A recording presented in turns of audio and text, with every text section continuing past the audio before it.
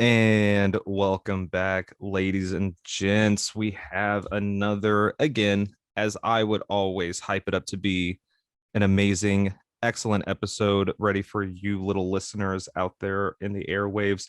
I am your host, Aaron Scott Walker, and always joined with me is Jason Jason Edgar. Edgar. Yeah, how you doing, Jason? I'm doing great. I'm over here podcasting with Finley, and got an awesome topic that you actually approached me about. Tell us about that.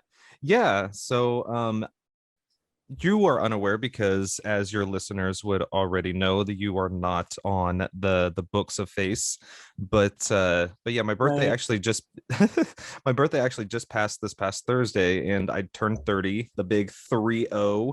And that's it's just an age that everybody is wanting to kind of, I guess, use as the fulcrum or use as the line between young and old. And Ugh. yeah, I know it. And I never thought of myself as an old person, and I didn't, I always thought to myself, I'm like, okay, well, that's, ridiculous. 30 is not old. But then, of course, as you get closer and closer to the age, it becomes harder and harder not to realize that. And I think what makes you feel old is just the differences that you realize within not only your environment, but also within yourself. Like, I'm a different person than I was when I was 25, and I'm definitely a different person than I was when I was 20. So these past 10, I just passed a decade of living. And so it was just kind of a perspective that I wanted to kind of talk with you about. And then also you're looking down the barrel of 40, aren't you?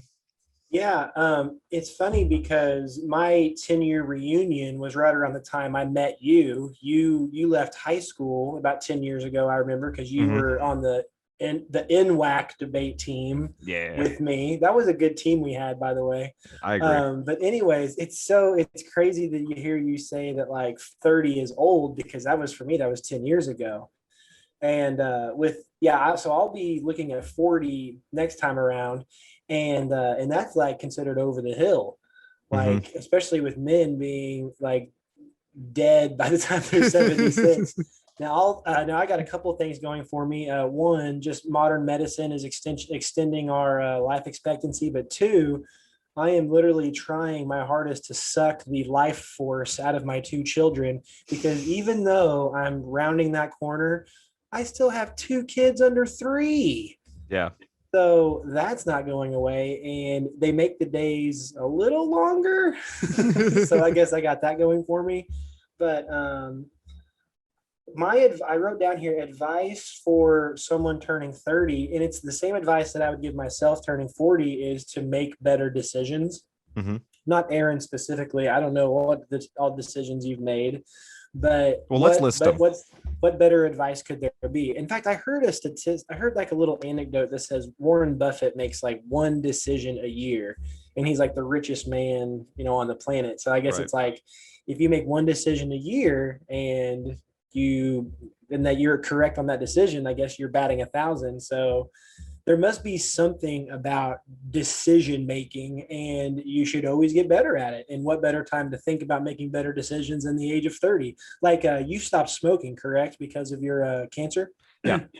I mean, hey, that's a good decision. So Yeah. what do you think would be what something like a decision you would I guess that's kind of vague to ask, but what do you take from that, I guess? I mean, for me, I definitely take away the fact that you get you get better at making decisions as you become more experienced and making difficult decisions. And I think that you get I mean, depending on who you are, I mean, I guess there are really privileged people out there that don't experience, the harsh realities of, living out on your own, making, decent money, but having a family and trying to live.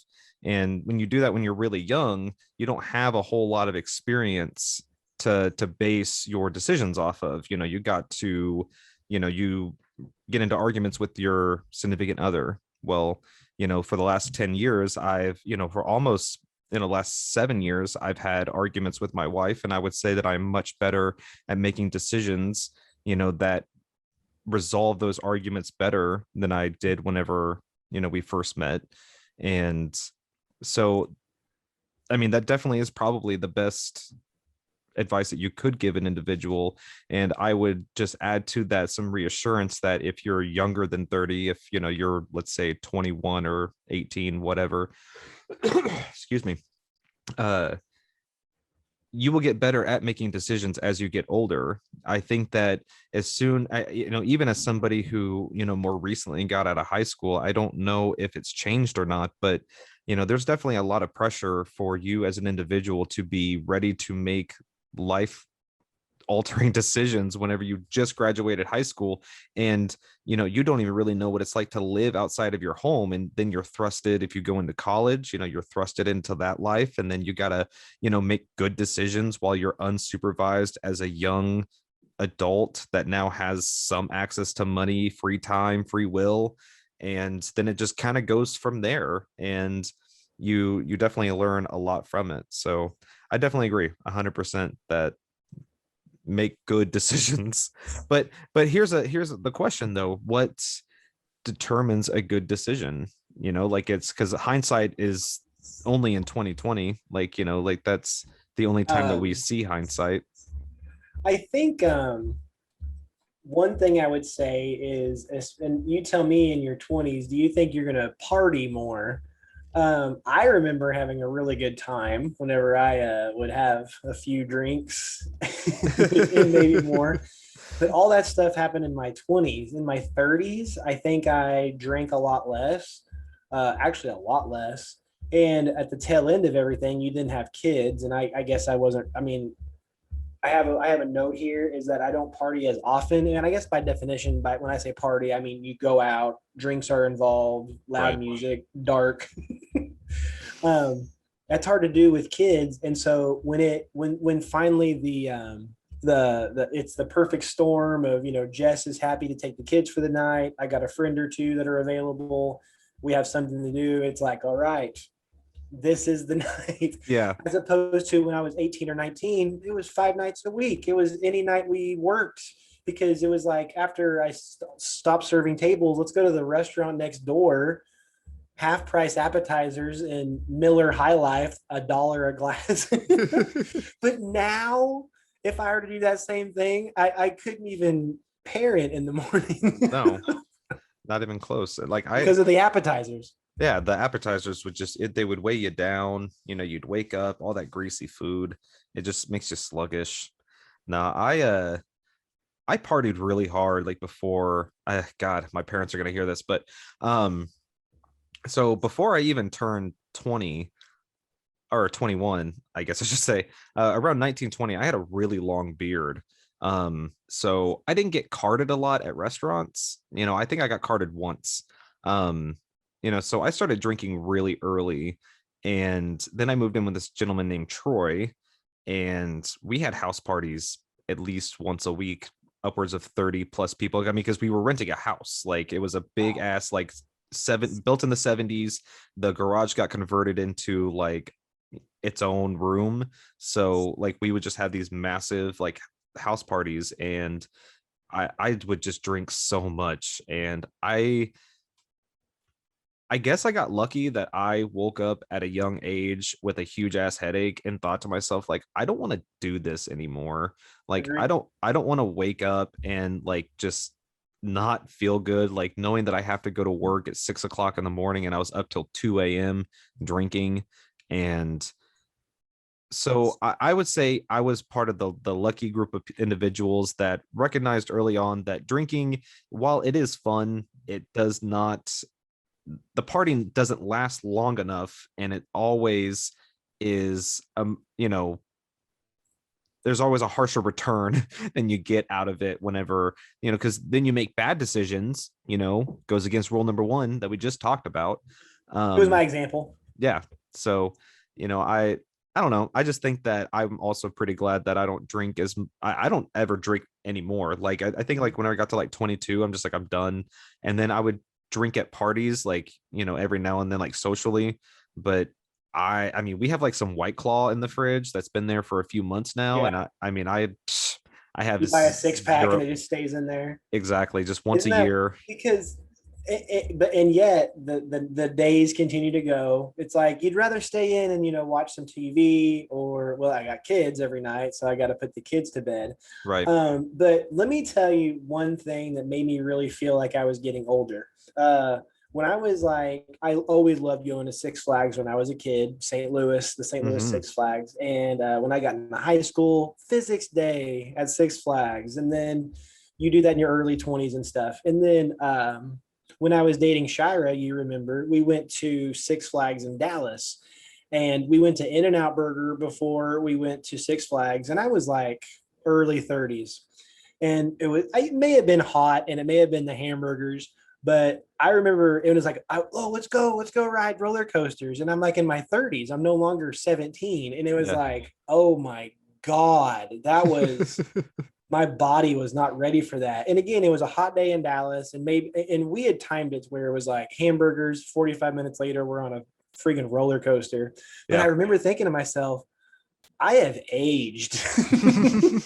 I am not. And so I'm thinking to myself, especially in 5 years, whenever Frankie wants to go, ride roller coasters in Finley, am I even going to be able to? And I want to so bad, but it's Yeah. like, go ahead, son. I'll And watch it's from the here. reason why those people are on the bars watching other people do it, because Mm-hmm. and in that moment, it was fine for Shira. She's in her 20s, but I was like, oh my God, I am a withering husk of a man. How long will I be able to keep up with this? And it's something that hits you without you even realizing it. You wake up one day and you go to do a task that you've done every single day, absolutely no problem. You bend over, you go to pick something up, and you're like, I felt something different.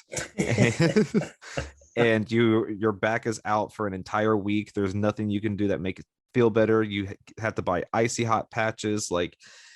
And for me, like another thing that like kind of made me realize that I was getting older was that like ads were not targeted to me really anymore. Like I'm not really the demographic, because like I play video games and like I'm very much a part of the nerd culture, but especially in video games, like it's always going to be geared towards let's say like 25 and younger.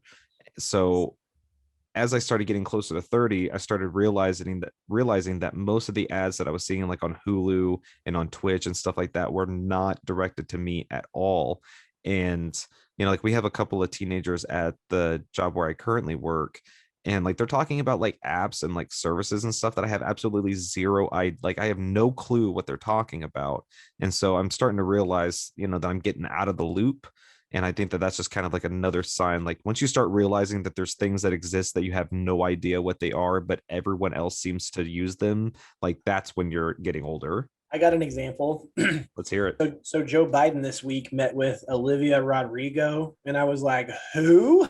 Apparently, she's the most popular.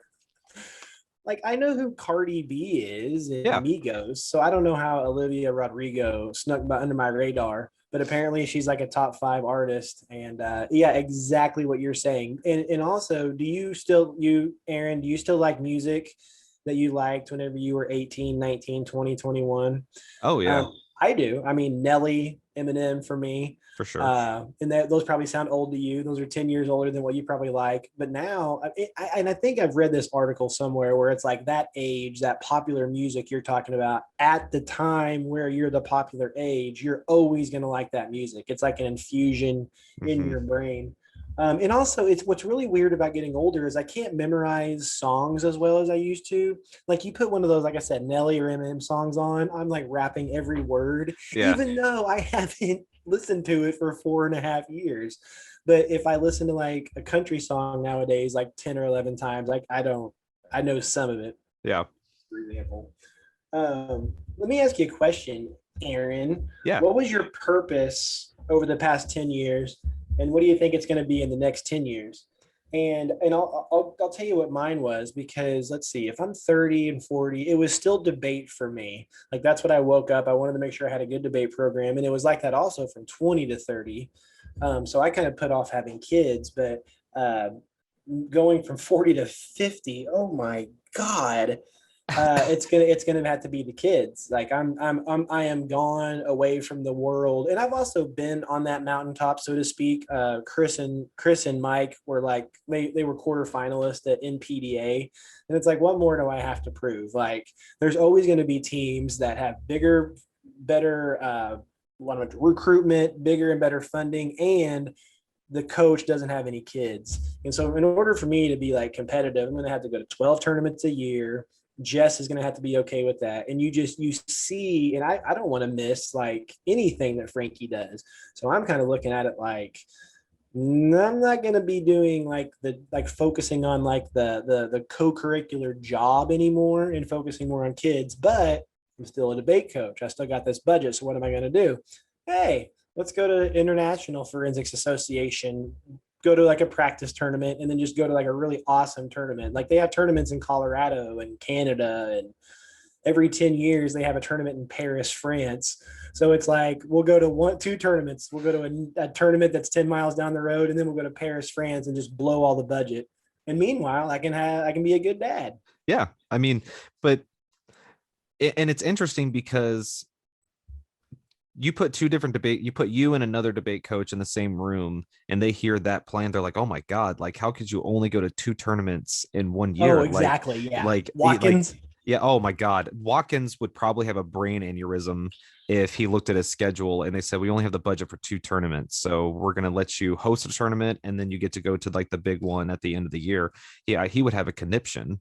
uh so just within that, like that just shows like, even in the same profession, your priorities and your goals change over the matter of a decade. 10 years ago was all about, let's go to as many tournaments as we can, let's dominate. Like I remember the tournaments that I went with you, like we went and had a lot of fun, but especially like me and JJ, like we went there to kill them. Like, I had the mentality that Mike Tyson has, is like, I don't want to kill you with my fists, I want to kill you with my stare. Like I want to be able to look at you and like, like you're already defeated. Like I had that mentality. Like I was amped about debate. So I mean, I would say about 10 years ago, like it was definitely that for me. I definitely wanted to be a debate coach. I wanted to be highly involved in the activity because it meant a lot to me, and it still means a lot to me. Like anytime anybody, like I talk to anybody, I tell them that debate was pretty integral to my development. It was really important to my confidence in myself.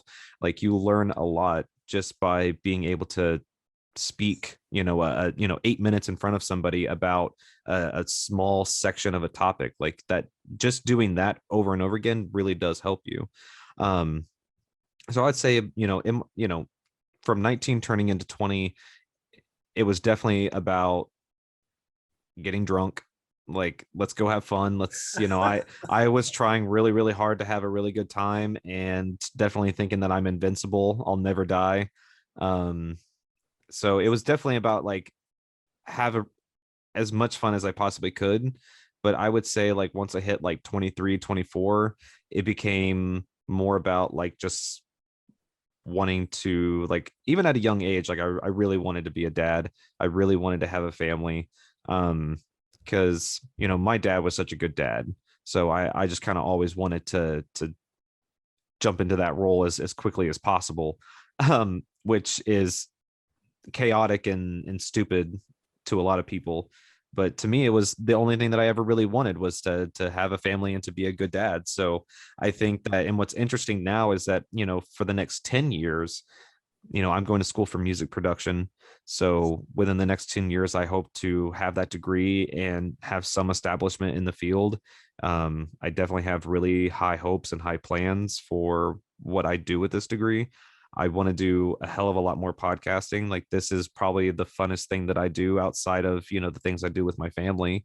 It's the thing that I look forward to the most. It brings me the most happiness, and hopefully our listeners have a lot of happiness listening to it. Like it brings me a lot of enjoyment. So I hope that answers your question on what I plan to do for the next 10 years. I I guess could for certainly see putting more time into podcasting than the debate program and letting that grow. But what were you saying at the end? No, I was just saying, for the next 10 years, I think it's interesting that it's going to be, because for you is more about your career and now it's more about your family. And for me, back then it was more about establishing a family and now it's more about starting my career. So, we just kind of started two different phases of our lives at two different parts. And so, it's an interesting parallel yet, conflicting, path, I guess. And 10 years ago, we didn't even have Obama. Wait, Hmm. he was president. Yeah, it was 2011. 11. Yeah. Whoops. That's all right. Um, okay, I was around this time I was married, but to a different woman. You know Amanda. Yeah, of course. And it's weird what really like pushes us in certain directions. For whatever reason, I googled her the other day, and what popped up was because I want to see what work she's put in, Hmm. because she's an academic, and it came up as author. I was Wow. like, whoa! So that spurred me to be like, okay, ex-wife. I see what's I going see on you. here. So I'm going to write a book, Aaron, and I've already got the name, and it's already 40 pages down. I think as I've disclosed this to the I haven't disclosed this yet to the audience, but I'm calling it the 5 steps to speech success. Okay. And and and like the introduction is going to be how someone who has never done speech and debate before goes into an extemporaneous debate tournament, or a speech tournament, because extemporaneous speaking is a microcosm of everything you do for delivering a speech. You research, you outline, you relay the notes. I'm giving away the book right now. You practice 5 times and you speak with conviction. That's extemporaneous speaking. And Yep. that's how we want our students to speak. And that's essentially the best way to speak. And so that's how I'm going to write the book. Because if you ever open a public speaking book, all the chapters they're not in a good direction. I Mm-mm. want my book to be in like, this is the direction that you teach your students how to public speak. So, and I got that from a relationship that I was in 10 years ago, Aaron. And I still, do you remember that one time me and you and the other Aaron Kozurek, Coco. and, Yeah. and Amanda went to, we always went to Oriental House. Yeah. Such a great, yeah. But I still remember that lunch. Isn't it Talk about a interesting? power lunch. Yeah. Yeah. Right. There's so much brain power just sitting at one table. Like And I'm I know it, surprised. I know exactly what you're going to say. Isn't it weird how in certain times of life, there's certain people in your life, and I think the analogy is a bus. You're on like it's Aaron's bus, right? And Right. so people hop on, they ride for a little bit, and they leave. Like Aaron Kosherek, man, I lived with that guy, and then we were friends for a really long time. He was on the debate Hold on. team. You lived with him as in like you lived in the same Oh house? yeah, man. Oh, what? 6 months after Amanda and I divorced, Okay. I was in an apartment in Rogers, and then he gave me a pretty sweet deal. He had like this awesome apartment in Neosho that was at the city hall, and he said, "Just pay me this much money per month," and I was like, "Deal." And it gave me just enough footing to kind of get things rolling, and here I am. So I'll always credit him for kind of like giving. And by the way, I was for like the whole time I knew you, I was like an hour and a half away from from Crowder. So I was driving so much. And so when the other Aaron was like, "Hey, come stay at my place. You're 2 minutes from Crowder." My soul needed Oh it. yeah. I'd imagine. So, Yeah. anyways, that's weird. You didn't know when we lived together, and we lived just long enough before we started about ready to kill each other. Well, I mean, and that's like, if anyone's listening to this and you are younger than the two of us, sub 30s, sub 40, and you are trying to live with someone like one of your friends, one of your buddies, like let me just go ahead and give the advice. If you can avoid it, do it.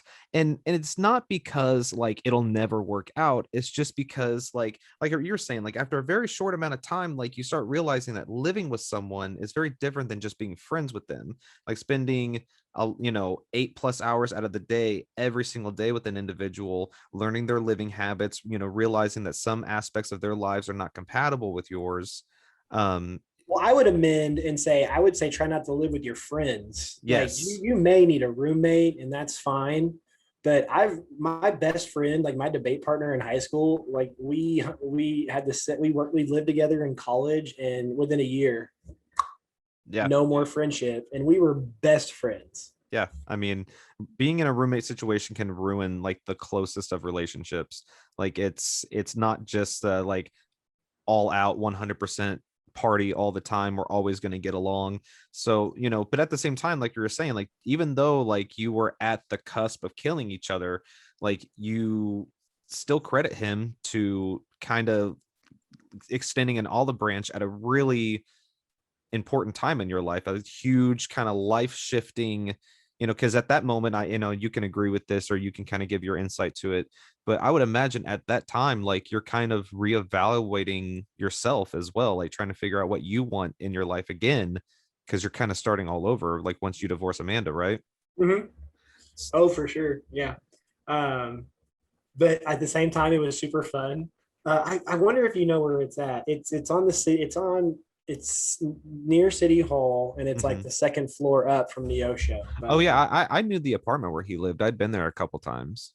yeah, I lived there for like 5 weeks, but 5 months. That's pretty Anyways, let me cool. see what else I got written down for the elderly discussion. Sure. I talked about the book, and I'm looking at a bald friend here, and I'm wondering when should I go bald because I don't know. I kind of see a little receding hairline, Oh, shut and up. and Shut the hell up. God, why do you say that? I'm gonna cut you off. It's coming from a bald man who hasn't had any damn hair since he was 18 years It old. looks good though. Okay, so I am lucky that being bald looks good on me because I'm sure you can agree with me. There are individuals out there that being bald does not look good on them, but a lot of those individuals don't have a choice but to be bald. So they kind of just have to Mm. accept what they're given. You have so much freaking hair on top of your head. I would give my left hand for just like 5 more years of having that much hair. So Oh my. you keep it. For me, you keep it until it starts being like really noticeable that you have a receding hairline. Like if I'm it's gonna getting, look like if you have a five, Councilman. I'm gonna look like Councilman Jam on Parks and Rec. If anybody knows who that is. you just got jammed.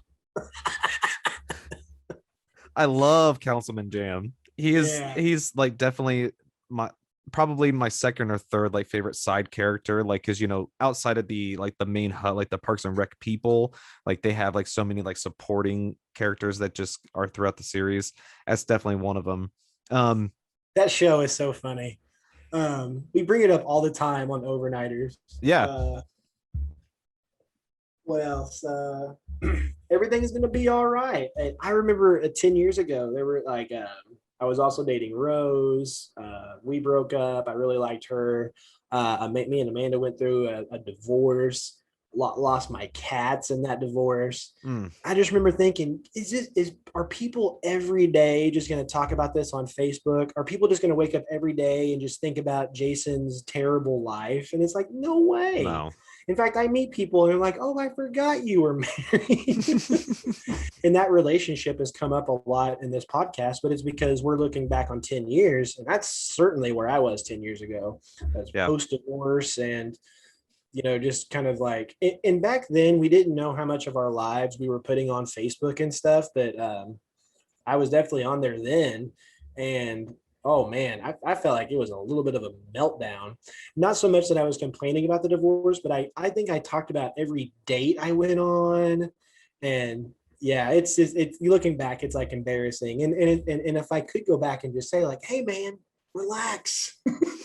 Not everyone is documenting everything in your life. Like they have Right. a hard time even keeping their own lives like in order. So yeah, not taking social media so seriously it would also be some good advice. So yeah. Yeah. Well, I mean, in speaking to that, because I mean, the last 10 years has been like the evolution of social media. So just kind of going back to, what you were saying about, kind of being worried that everybody's going to wake up and see, or just talk about like, man, Jason's life is just crumbling. Like, what is this man doing? It's, because I've talked to several people and like my ex-girlfriend Amanda. um I'm pretty sure I've talked about the moment before, but it's the time where she was just crying because she's 33 at the time, and she's seeing all of her friends on Facebook, getting married and having like all these great lives and everything. And we learned, you and I would say, in our culture, learned pretty quickly that, or at least hopefully really quickly, that Facebook is, social media is just highlights of people's lives. I mean, most people are not airing their dirty laundry out, and when they do, you just roll your eyes at it most of the time. One of my favorite songs of all time is by a group named Styx. I'm sure you know who Styx is, but they're Mhm. a 70s 80s band.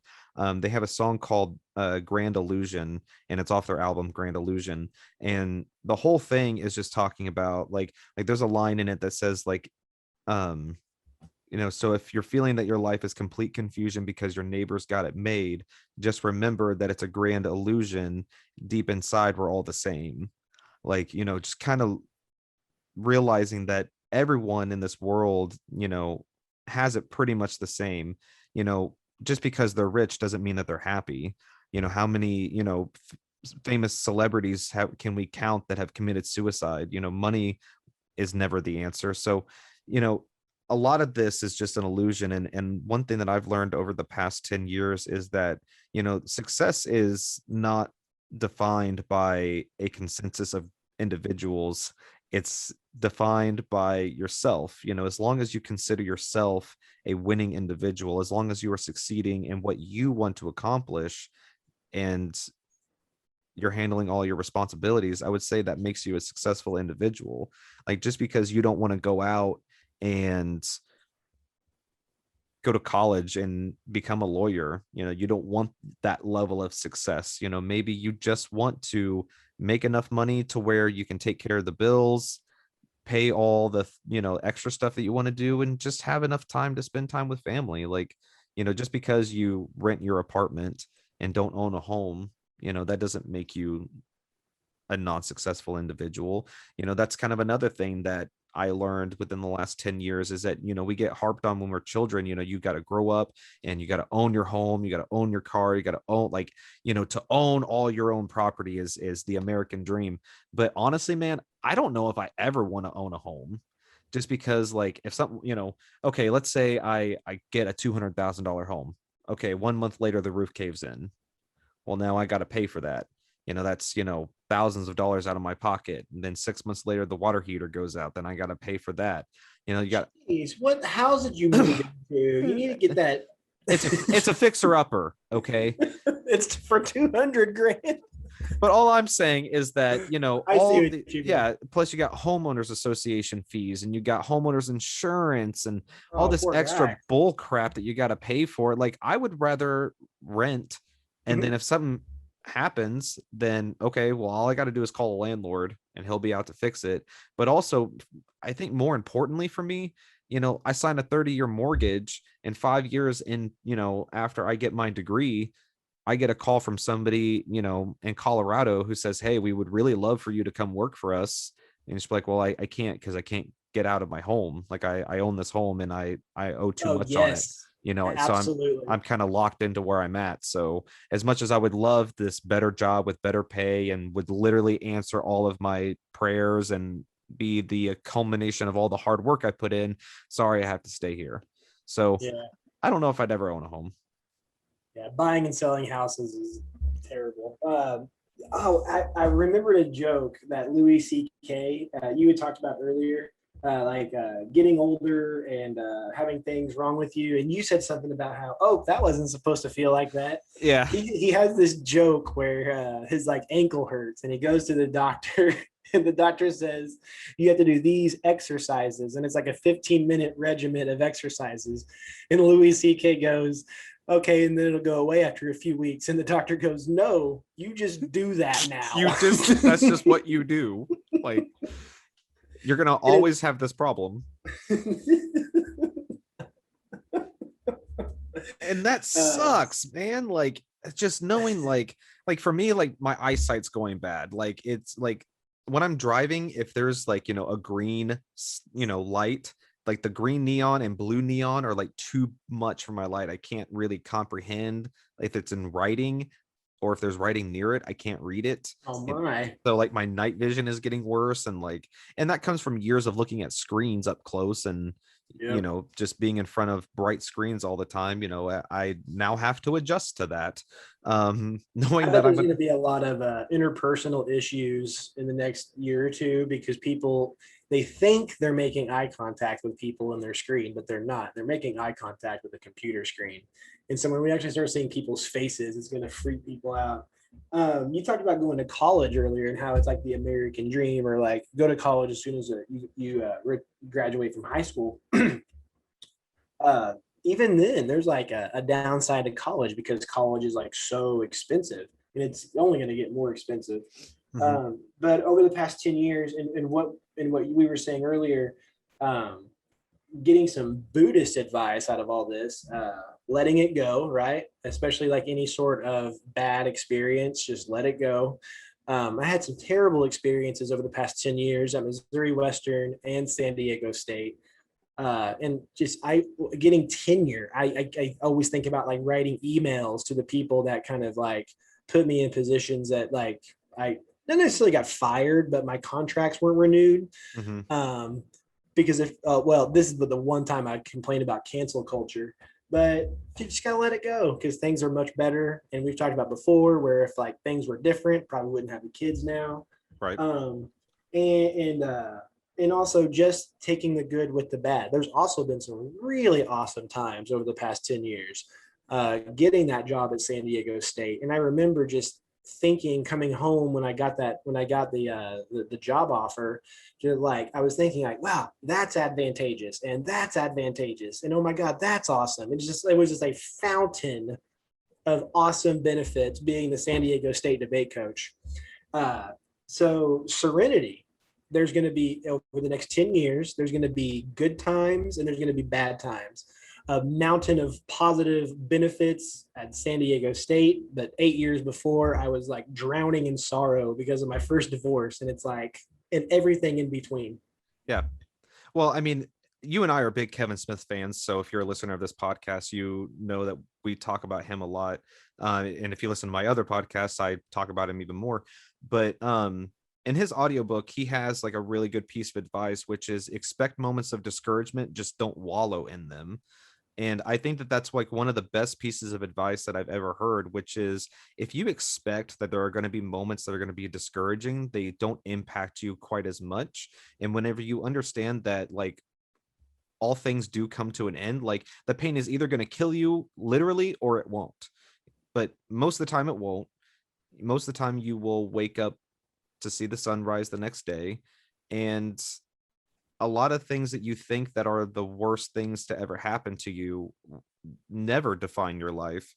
And it definitely becomes a lesson to kind of train yourself and train your emotions to not kind of go haywire just because of a discouraging moment in your life. If you know that those things are going to happen, then you just have to really kind of brace for when they unexpectedly happen, because you can expect them, but you just don't know when they're going to happen. So if you can just kind of, as the old saying goes, hope for the best, prepare for the worst, I guess another good piece of advice. I think another thing that I definitely changed about myself over the last 10 years is I kind of stopped caring about materialistic things.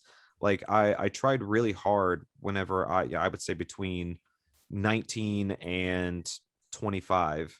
I was constantly trying to acquire the most expensive things that I could purchase.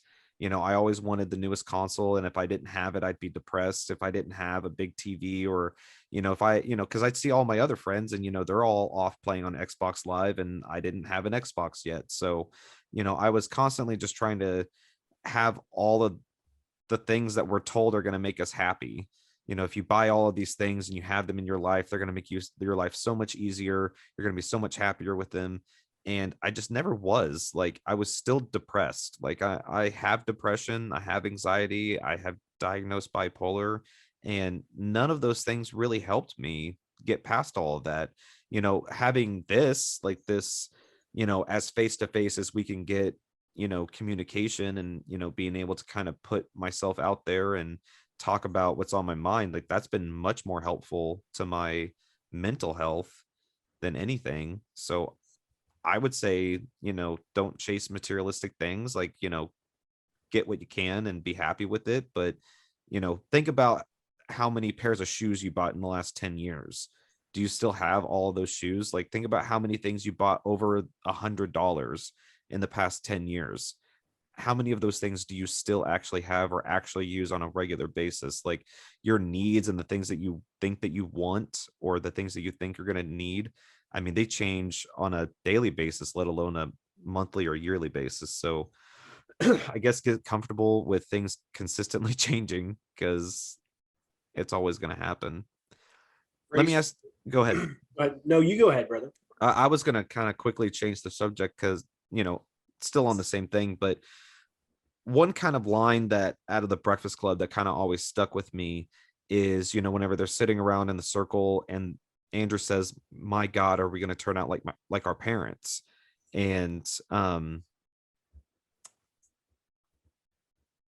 why can't I? Ali Sheeny's character, anyway. I of course am blocking on the name right now, but she says it's unavoidable. When we grow older, our soul dies. So I guess what she's really just saying is that no matter what we try to do, there's nothing that we can do to stop us from being like our parents. Have you found that to be that you're more like your parents than you tried to be growing up? Like, do you realize that you have characteristics of your parents that you didn't quite necessarily try to have, but you turned out more like your parents than you anticipated? Are you talking to me? Yeah. Or there's like a rhetorical question. Was that Ali Sheedy, by the way? Ali Sheedy, yeah. There I, you I go. I don't know why I can't remember. I don't know why I can't remember her name in the movie right now. But Well, either way. I would think that the one thing that I would say is there is a such thing as a dad voice, and I use it for Frankie. And it is not a voice that created.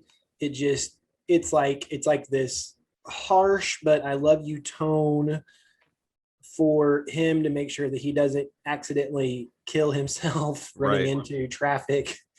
Um, it's hard to tell right now because I don't even remember becoming cognizant of things until I was about 5, and even then, like my parents were separated, so we'll see if I act like my mother yet.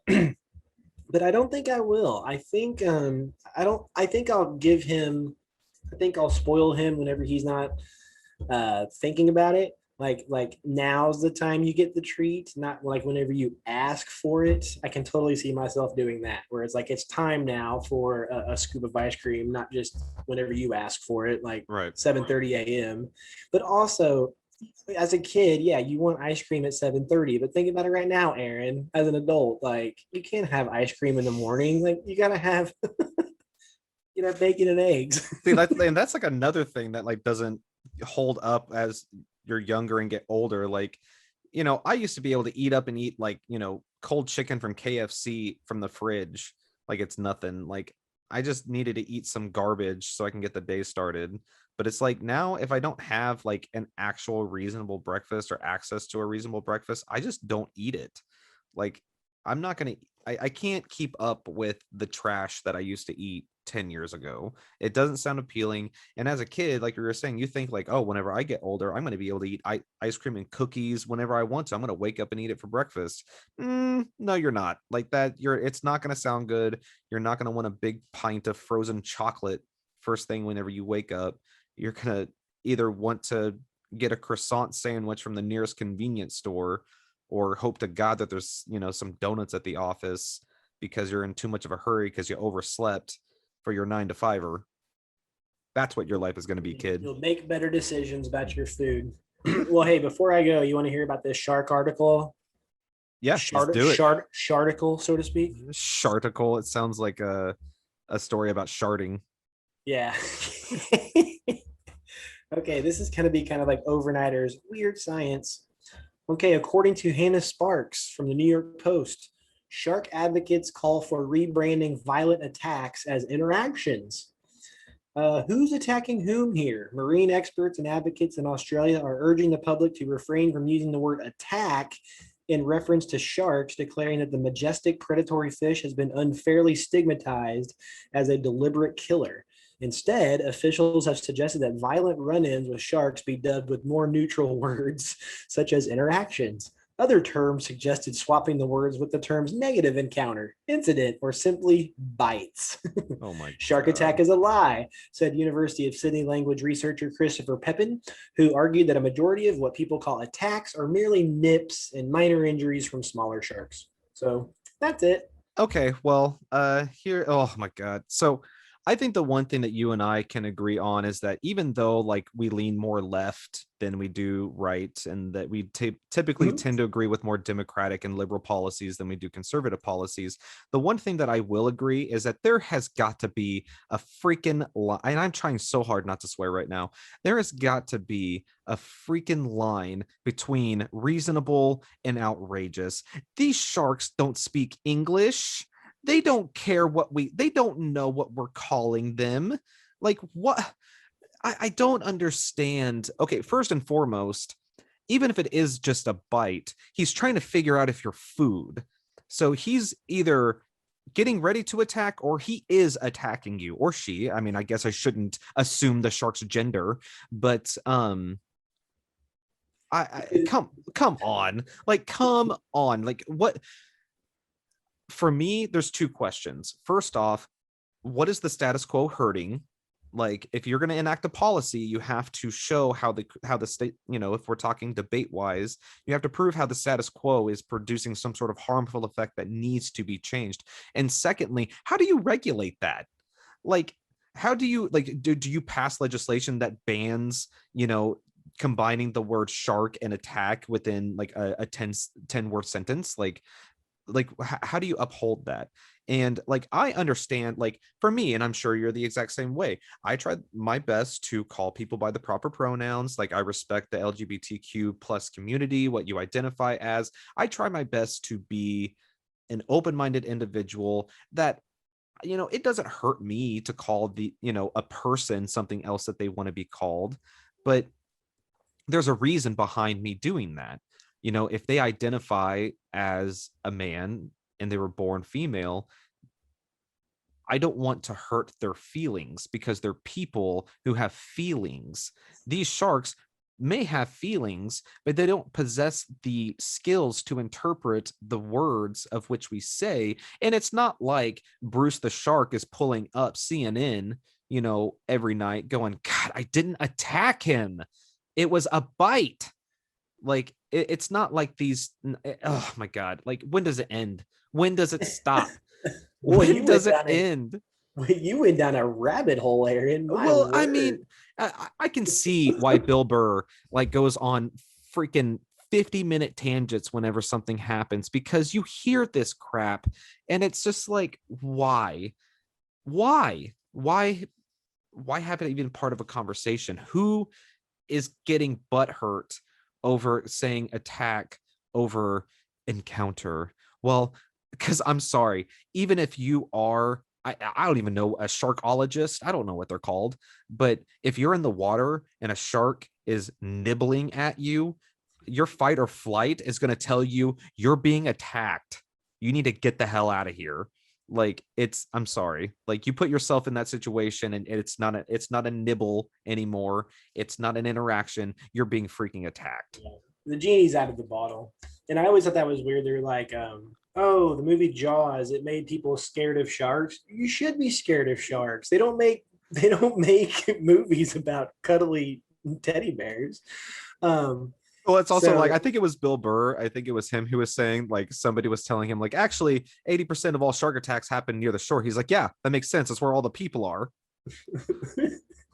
Like, and it's like the reason that idea is horrifying, Jaws, is because that's not your arena. Your arena is land, and right. their arena.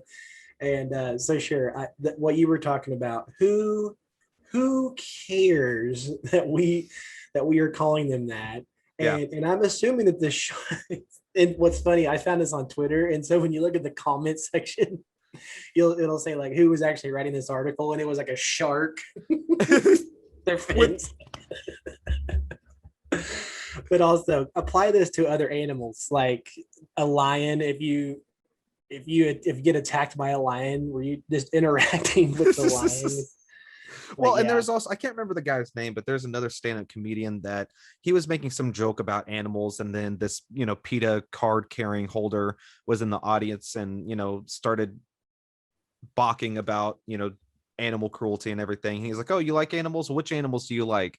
And she's like, "All of them, all their lives matter." He's like, "Yeah, well, they do all have lives, but they don't all have to." Like, and then he's like, "Well, let me put it to you this way. Do you think a polar bear is thinking to himself, maybe I shouldn't eat Becky? She probably has backgammon on Tuesday. I wouldn't want to ruin that plan." Like, yeah, no, like these animals don't have the same perspective of how we view them. The only reason why we view them in a different light is because we're outside of the freaking food chain. Like, yeah. we are one of the very rare species on this planet that doesn't have a natural predator. Like, we are above all of them. So, but also going back to what you were saying, like, think of all like the greatest horror villains that have ever been out there. The more terrifying it gets is whenever they are inside of their territory, they're on their home turf, and they take you out of it. Jason Voorhees has Camp Crystal Lake. Freddy Krueger has your dreams. Pinhead has, Pandora's box. Pennywise has the sewers. you know so and then Bruce Jaws has the ocean. It's outside of your element. So yeah, I mean, it's going to be terrifying, and I'm sorry if I am in the ocean and a shark wants to fist bump me.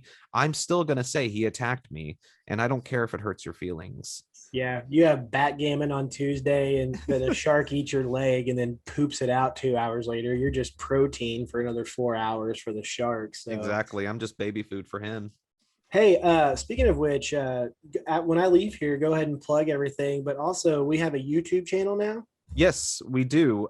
We have, so since we record our episodes through Zoom, I figured it already records the video to it, so we can, put it out there if people want to see our beautiful faces and see what we look like, as well as listen to us. So yeah, if you go on to YouTube and search for the Oops All Topics Network, you will find us on there. And so what I'm also going to try to do is our like sub podcasts that we have under the umbrella of Oops All Topics. All the video recordings are going to be on that main page, and then I'm just going to label and thumbnail the videos with the appropriate podcast name. So yeah, if you have YouTube, if you have a pulse, I'm sure you do. You can also check us out on there if you're not checking us out on 99.1 FM WCQC the Q. The Q. The Q. All right, Aaron. Thank you so much. Hey, send me my song, by the way, my new intro music. Yeah, I'm going to be doing that. I'm actually working on it right now. It's going to be funky. Do you want it more funky or do you want it more rocky? Rocky. You want it more rocky. Okay, Yeah. well, I'll slide that into your email shortly, and then I'll send you Yo, this. Adrian. Yo, Adrian. It's so funny you bring that up. My dad and I were just talking about Rocky the other day, or actually earlier today. So, but anyway, I bet you got to go back to being a parent. I So do. go back to your overnight shift, and Best we'll talk. best episode yet. I agree 100%. I think every episode is our best episode. Kind of like the best Super Bowl ring is the next one. Isn't that Yeah. right? All right. Later, Well, man. you go be a dad. We'll talk to you next time. Okay. Bye. All right, everybody. Thank you so much for joining us. I really hope you enjoyed this episode. I also believe that every episode is just the best one. Everyone is the next greatest one. But thank you so much for tuning in. We obviously really appreciate it. You can check us out on oopsalltopics.podbean.com. That's kind of like the mother website of our podcast. You can also check us out on Apple Podcasts if you search Oops All Topics. Again, Oops All Topics is the umbrella label that we put all of our podcasts under: the Overnighters, Unreal Talk Show, Oops All Topics with Jason Edgar.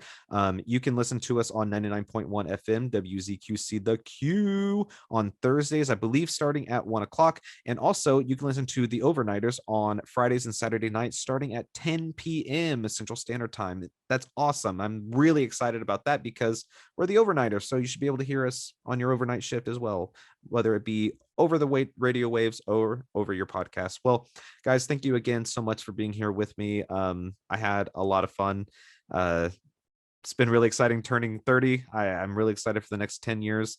I hope you guys are being safe out there. I hope you're being well. Be nice to each other, love one another. Um, yeah, we all got to set the example of who we want the rest of the world to be, right? So let's go out there and do it. Be safe. Love you guys. See you next time.